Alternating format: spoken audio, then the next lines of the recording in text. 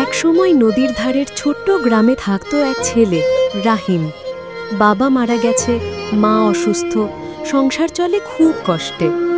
একদিন বাড়িতে এক কাপ ভাতও নেই। রাহিমের মা বলল, বাবা, ঘরে শেষ 10 টাকা আছে, এটা দিয়ে একটু চাল আনো।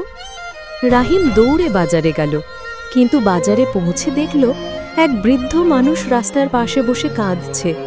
ছেলেটা জিজ্ঞেস করল, চাচা, আপনি কাঁদছেন কেন? বৃদ্ধ লোক বলল, 3 দিন ধরে কিছু খাইনি, আমার সঙ্গে কেউ ভালো ব্যবহার করে না। রাহিম থমকে দাঁড়ালো। নিজের ঘরের খালি হাঁড়ির কথা মনে পড়ল, মায়ের আশা করা চালের কথাও মনে পড়ল। তারপরেও রাহিম নিজের শেষ 10 টাকাটা বৃদ্ধ লোকটার হাতে দিল।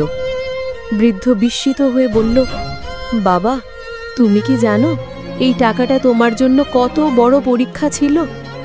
রাহিম বলল, আমি শুধু চেয়েছি কেউ যেন ক্ষুধার কষ্ট না পায়।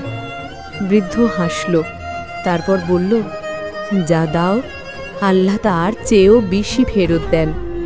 বৃদ্ধ লোকটি উঠে দাঁড়ালো এবং আশ্চর্যভাবে সোনালি আলোতে মিলিয়ে গেল।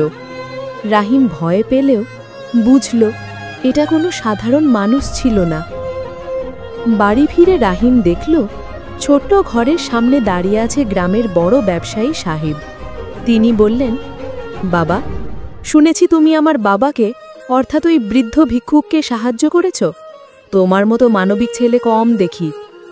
ব্যবসায়ী রাহিমের হাতে তুলে দিলেন 1 মাসের চাল ডাল, মায়ের চিকিৎসার জন্য টাকা এবং রাহিমকে দোকানে কাজের সুযোগ।